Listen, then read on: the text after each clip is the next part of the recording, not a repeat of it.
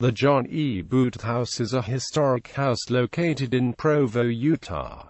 John E. Booth was a significant Provoan, and was extensively involved in Provo's community and religious affairs. Located at 59 West and 500 North and less than 1 acre in size, the John E. Booth House was built in 1900, and happens to be the only 2.5-story Victorian mansion in Provo, Utah. This house is significant not only as a Victorian mansion, but because its bricks were individually painted to create a variegated design effect. The house was added to the National Register of Historic Places in 1982. The house was designated to the Provo City Historic Landmark Register on May 26, 1995. Structure. The plan of this 2.5-story brick house derives from the vernacular L plan and has a T extension in the rear. A hip roof and a gable roof section intersect to form the L. The extension has a hip roof. From each end of the hip roof are gable projections with pent roofs like the pent roof of the gable on the facade. Two tall chimneys with elaborate corbelling project from the hip roof section.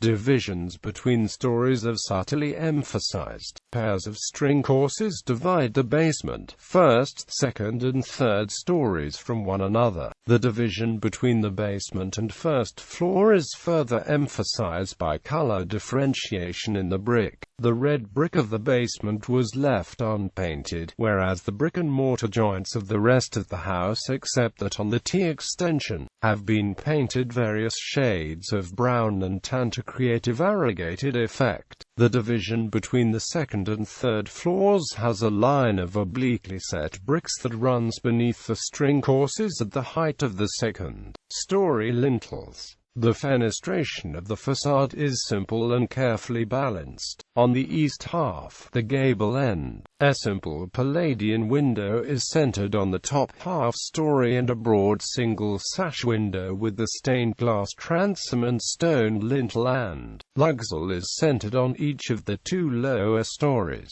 A single-story square hip roof brick entrance chamber fills the angle of intersection of the hip and gable roof sections. Above it is a simple double-hung sash window. On each story of the west half of the hip roof section is centered a single window similar to those on the gable end. Windows on the east, west and south sides of the building are long, narrow, have jigsaw-cut detailing in the decorative arch above them, and are topped with a segmented relieving arch. Classical detailing includes a boxed cornice on the main roof line and on that of the brick entry, which is completely supported by brackets except on the T addition, the pediment, over the entrance, supported by classical pier and pilaster, which has a fan type of decoration on the tympanum, and dentils which line the lower edge of the transom of each single sash window. Major alterations include a change in the size of the opening of a window on the east wall and the addition of two frame extensions to the east and west sides of the T extension. The changes to the building do not affect the historical meaning of the house.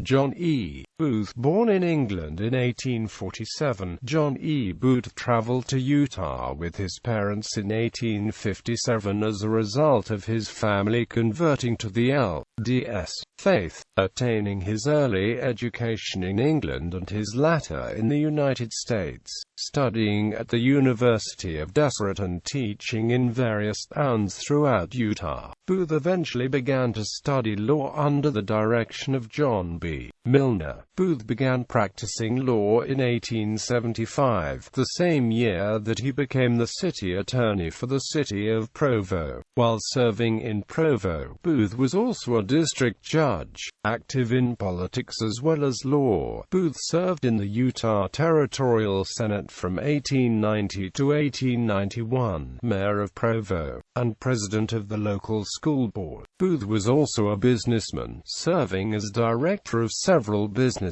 and banks in the city of Provo, and heading the Utah Valley Iron Mining and Manufacturing Company.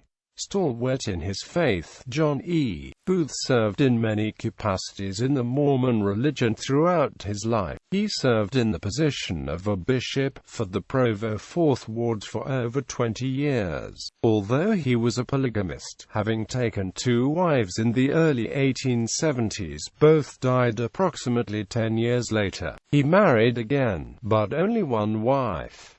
John E. Booth died in 1920, and left the house to his widow, selling it to her daughter and spouse, Elsie and Isaac E. Brockbank in 1923. The house still remains in the Brockbank family today.